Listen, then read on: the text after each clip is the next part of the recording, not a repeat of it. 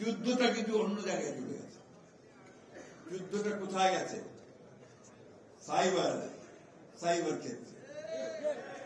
এখন cyber war, social media, এইখানে যে যত বেশি অ্যাক্টিভ, যত বেশি তার অবস্থান, সে তত জয়লাভ করছে। আজকে এই যে আমাদের বিরুদ্ধে বিভিন্ন রকম কথা বলা হয় দলের বিরুদ্ধে, তাই না?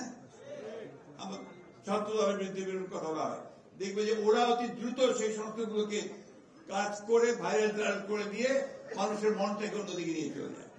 তবে এটাই বোধহয় সত্যি, তাই তো নাকি? এই কাজটা কিন্তু তোমাদের করতে হবে। এটা তোমরা সোশ্যাল মিডিয়াতে অনেক বেশি অ্যাক্টিভ হও। শুধুমাত্র নিজেদের ছবি দিয়ে, একটা মিছিলের ছবি দিয়ে, পোস্টার দিয়ে কাজটা না করে আসল বিষয়গুলোকে নিয়ে তোমরা কথা বলতে চাও।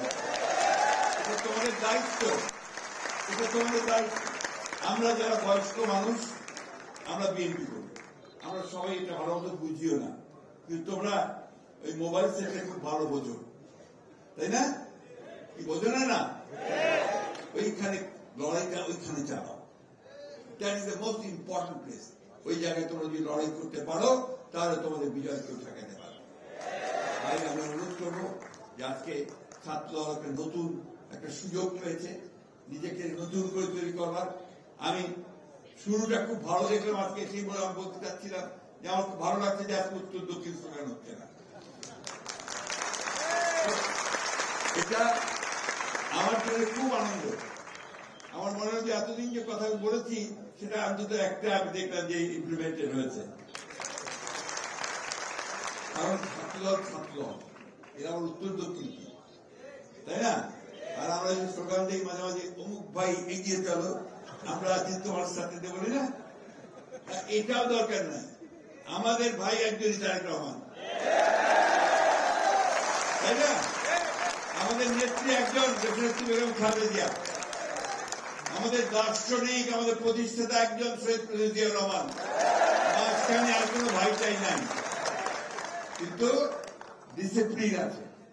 আজকে আমাদের ছাত্রদলের নেতা কি রাসেল, অন্যান্য নেতা যারা আছে, তাদেরকে সবসময় মেনে চলতে হবে, সব জায়গায় নেতৃত্ব মানতে হবে, অর্থাৎ একটা সুসংগত রাজনৈতিক দল গড়ে তুলতে হবে।